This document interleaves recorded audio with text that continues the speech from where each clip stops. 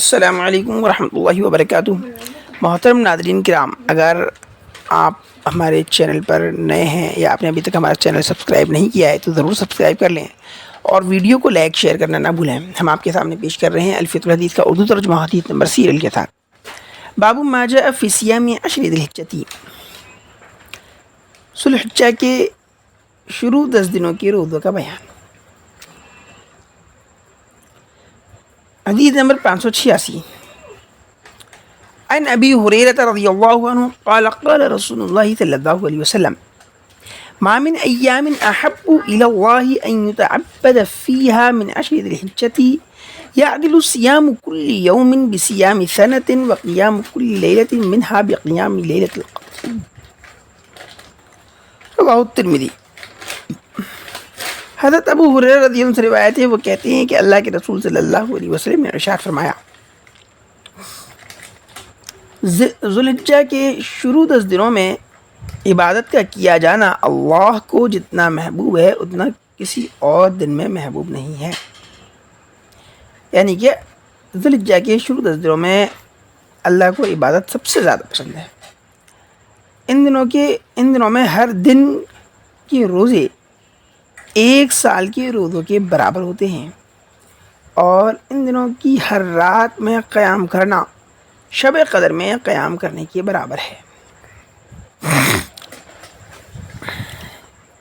یعنی ذوالحجہ کے شروع کے 10 دنوں میں اگر روزہ رکھیں گے تو ہر دن کے روزے کا ثواب 1 سال کے روزوں کے برابر ہوگا، اور ان دنوں میں اگر رات میں جاگ کے عبادت کریں گے تو ہر رات کے قیام میں اتنا ثواب ملے گا جتنا کہ شب قدر میں ملتا ہے۔ باب ما جاء فی صوم یوم عرفہ، عرفہ کے دن کے روزے کا بیان۔ حدیث نمبر 586، عن ابی قتادہ قال قال رسول اللہ صلی اللہ علیہ وسلم صیام یوم عرفہ انی احتسب علی اللہ ان یکفر السنة التي بعده والسنة التي قبله، رواه الترمذی۔ حضرت ابو قتادہ سے روایت ہے، وہ کہتے ہیں کہ اللہ کے رسول صلی اللہ علیہ وسلم نے ارشاد فرمایا، میں اللہ سے امید کرتا ہوں کہ عرفے کے دن کا روزہ 1 سال بعد اور 1 سال پہلے کے گناہوں کا کفارہ ہو جائے گا۔ یعنی کہ عرفے کے دن کا روزہ رکھنے سے 1 سال کے بعد کے اور 1 سال پہلے کے گناہ معاف ہو جائیں گے۔ باب ما جاء فی صوم یوم الاثنین والخمیس، پیر اور جمعرات کے دن کے روزے کا بیان۔ حدیث نمبر 588،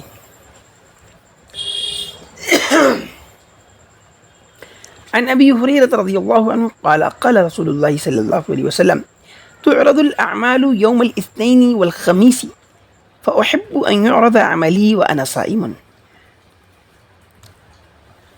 حضرت ابو قتادہ سے روایت ہے، وہ کہتے ہیں کہ اللہ کے رسول صلی اللہ علیہ وسلم نے ارشاد فرمایا، پیر اور جمعرات کے دن اعمال پیش کیے جاتے ہیں اور میں چاہتا ہوں کہ میرا عمل روزے کی حالت میں پیش کیا جائے۔ حدیث نمبر 589، عن عائشہ رضی اللہ عنہ قالت كان رسول اللہ صلی اللہ علیہ وسلم یصوم یوم الاثنین والخمیس، رواہ الترمذی والنسائی۔ حضرت عائشہ سے روایت ہے، وہ کہتی ہیں کہ رسول اللہ صلی اللہ علیہ وسلم پیر اور جمعرات کے دن کے روزے رکھتے تھے۔ باب ما جاء فی النہی عن صوم یوم الفطر و یوم الاضحیٰ، عید الفطر اور عید الاضحیٰ کے دن روزہ رکھنے کی ممانعت۔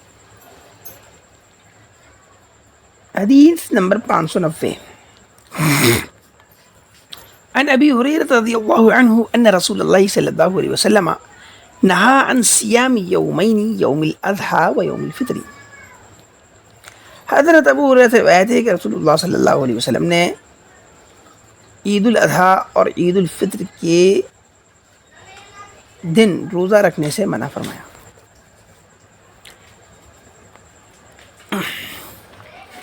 حدیث نمبر 591، عن نبيشة الهذلي قال قال رسول الله صلى الله عليه وسلم أيام التشريق أيام أكل وشرب وذكر الله رواہ مسلم.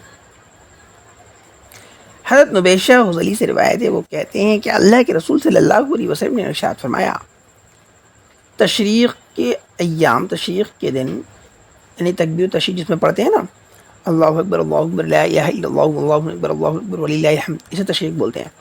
تو تکبیر تشریق کے جو دن ہوتے ہیں وہ کھانے پینے اور اللہ کے ذکر کے دن ہوتے ہیں. یعنی ان دنوں میں کھانا پینا چاہیے، روزہ نہیں رکھنا چاہیے اور اللہ کا ذکر کرنا چاہیے. باب ما جاء فی النہی عن الوصال فی الصوم، مسلسل روزہ رکھنے کی ممانعت. حدیث نمبر 592 عن ابی ہریرہ رضی اللہ عنہ قال نہى رسول اللہ صلی اللہ علیہ وسلم عن الوصال فی الصوم فقال له رجل انك تواصل یا رسول اللہ قال وأيكم مثلی انی ابیت یطعمنی ربی ویسقینی رواہ البخاری و مسلم. حضرت ابو ہریرہ سے روایت ہے، وہ کہتے ہیں کہ رسول اللہ صلی اللہ علیہ وسلم نے مسلسل روزہ رکھنے سے منع فرمایا. تو آپ سے ایک آدمی نے کہا، اے اللہ کے رسول، آپ تو مسلسل روزہ رکھتے ہیں. تو آپ نے فرمایا، تم میں سے کون ہے جو میری طرح ہو سکتا ہے؟ میں رات گزارتا ہوں اس حالت میں کہ میرا رب مجھے کھلاتا ہے اور پلاتا ہے. یعنی رات میں مجھے اللہ تبارک و تعالیٰ کھانے اور پینے کی طاقت عطا فرماتا ہے. جو طاقت تم کھانے پینے سے حاصل کرتے ہو وہ مجھے میرا رب جو ہے غیب سے عطا فرما دیتا ہے، اس لیے تم میری برابری نہیں کر سکتے. باب ما جاء ان الصائم المتطوع امیر نفسه ان شاء صام و ان شاء افطر. اس بات کا بیان کہ نفل روزہ رکھنے والا اپنے معاملے میں مختار ہے، چاہے روزے کو مکمل کرے اور چاہے تو روزہ توڑ دے. حدیث نمبر 593 عن ام ہانی قالت، ام ہانی سے روایت ہے، وہ کہتی ہیں لما كان یوم الفتح مکہ،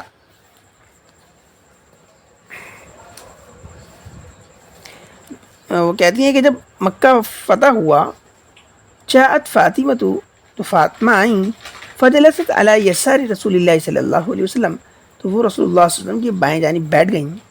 وام ہانی عن یمینہ، اور ام ہانی آپ صلی اللہ علیہ وسلم کی دائیں جانب بیٹھ گئیں.